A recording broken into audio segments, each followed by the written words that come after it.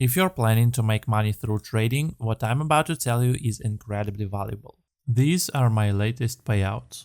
Wanna know how I do it? Stick around. Markets use Japanese candlesticks and traders often analyze the market using them. A bullish Japanese candlestick has an opening price below its closing price, while a bearish candlestick has an opening price above its closing price. Candlesticks have two key components, the body and the shadow. The shadow represents the price range the market moved during the trading period, while the body shows the difference between the opening and closing prices. Here is the key takeaway. A huge number of trading strategies and analytical methods are built around these Japanese candlesticks. Most importantly, this is a very effective way to make money. You don't need to memorize every single pattern, study how everything works in extreme detail, or cram all these patterns like hanging man, head and shoulders, and so on. All you really need to grasp is the core principle. So, let's say the market is moving upward and the bullish candlestick begins to form. What's happening here? Buyers are starting to dominate. The more these buyers dominate, the more the candle will rise. At a certain point, the trading session will close and the candlestick will be fully formed. But what happens if, for some reason during the trading session, the market reaches a certain point and then there aren't enough buyers to push it higher? At the same time, the sellers enter the market. What happens then? Logically, the price will decrease because sellers have appeared. Let's say the market closes around here. This is how a candlestick with a shadow like this is formed. Now let's consider another scenario. Imagine the same bullish candlestick, the market is moving up, but then the buyers lose momentum, sellers step in and the market starts moving down. It moves down, down, down, and after passing its opening price, the candlestick becomes bearish and continues downward. Suppose we reach a certain level where buyers reappear and the market reverses back upward. After passing the opening price again, the candlestick becomes bullish once more, and the trading session closes somewhere around here.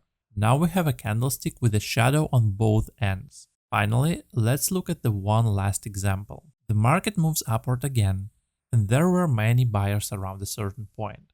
But suddenly the number of buyers drops significantly, and the price starts to fall. The candlestick turns bearish and the market moves downward. It then finds some buyers, reverses back up and closes around here.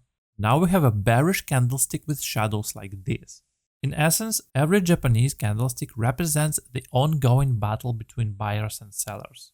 This candlestick was very substantial and large because it involved a significant number of buyers willing to purchase at increasingly higher prices. In the next candlestick, the buyers were still strong, but the market reached a certain area or point and began to reverse downward because the buyers lacked the strength to push further. Based on this, we can conclude that although the buyers here are strong, they are considerably weaker than in the first candlestick.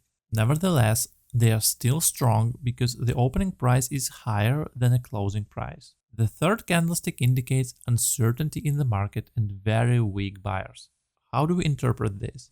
Since the market was moving upward, buyers were actively purchasing and initially showed strength.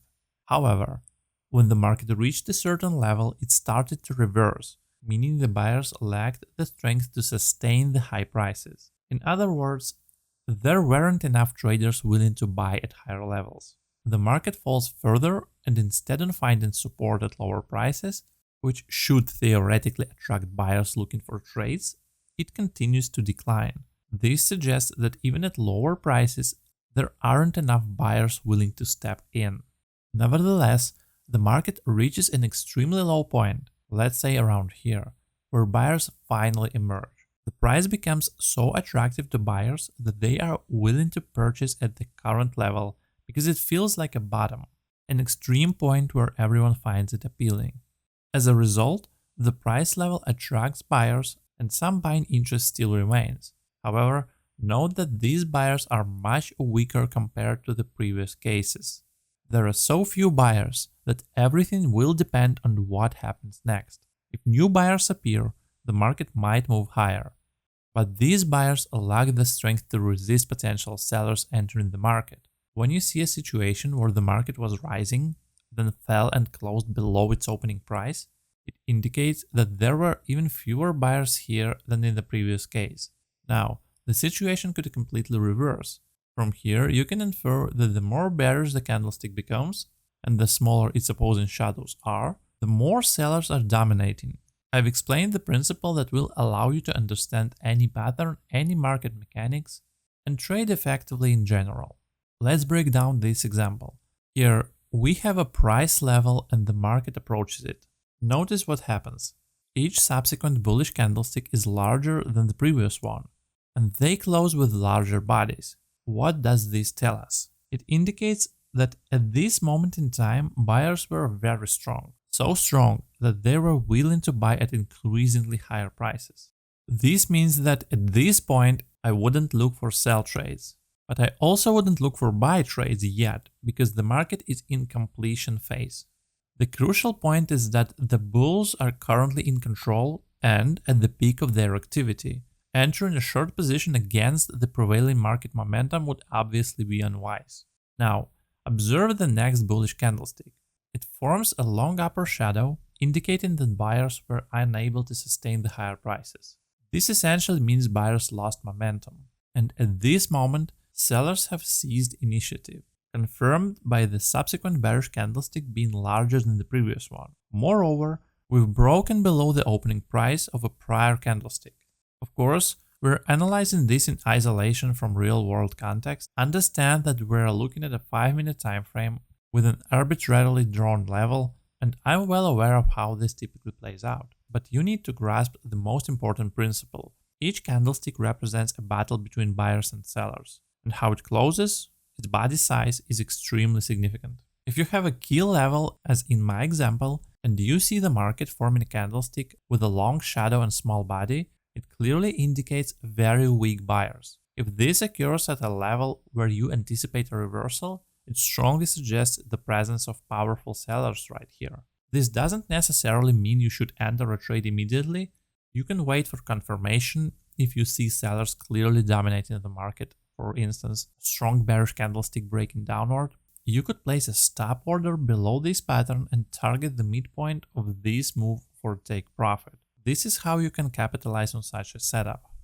Now, looking at the next candlestick, it turned out to be bullish. We saw it was bearish earlier, but by the close, the market rallied and settled around here.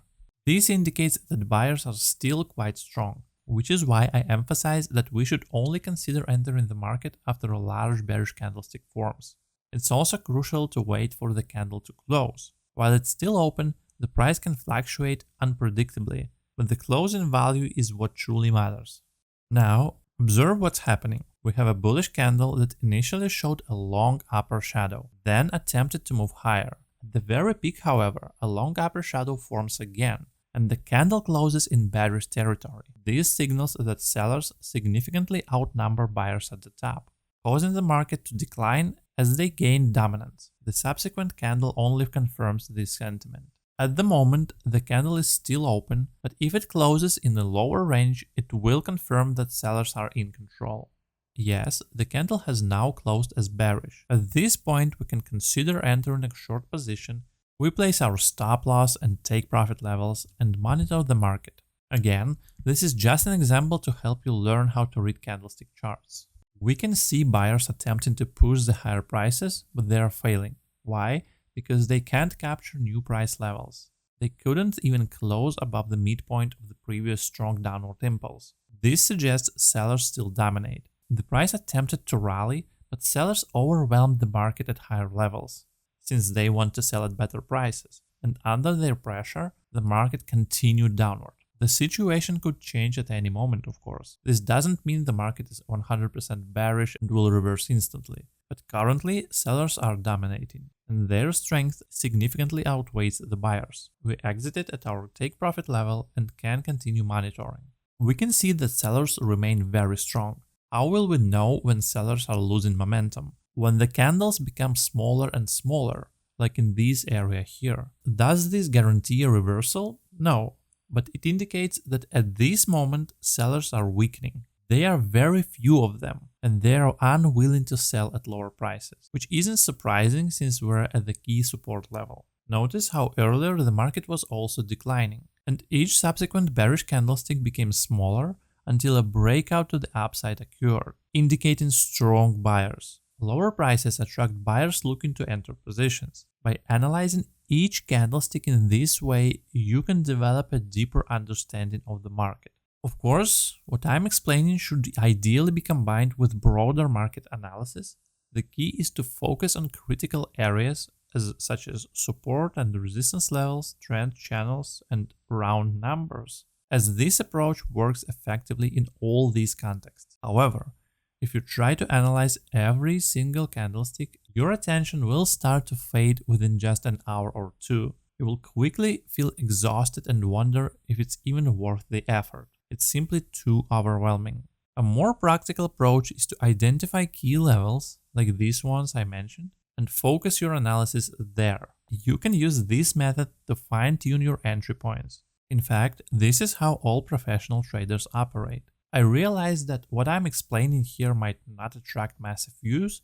There is no magic bullet entry point promised. It's much easier to create content like see this candlestick, enter here, set your stop loss here, and take profit there. But unfortunately, that approach rarely works in the long run. What does work is the analysis I'm describing, evaluating each candlestick and market situation to determine whether buyers or sellers are in control. Yes, many creators, myself included, make videos about specific candlestick patterns, and while they are statistically validated, their effectiveness is often overhyped. They can work, but only marginally. The real edge comes from understanding the underlying balance of power between buyers and sellers, not from blindly following patterns. Today, I've shared just one trading technique that I frequently use myself. However, this alone will not be enough to consistently profit in the market. But if you are looking for a way to put these principles into practice with clear, real-time guidance, I invite you to join my trading club Kronos. There, we don't just throw random entries at you, we share structured trade ideas backed by the price action analysis. You will see where buyers and sellers are stepping in, where to place stops, and how to manage risks like a professional. It's about learning while earning. So if you're serious about improving your trading, come join us in Kronos. The link is in the description below. I would really appreciate if you could like this video, subscribe to the channel, and if you are watching my content for the first time, go to the channel and check out my other videos. Trust me, they're just as useful, and I'm sure you will find something valuable there.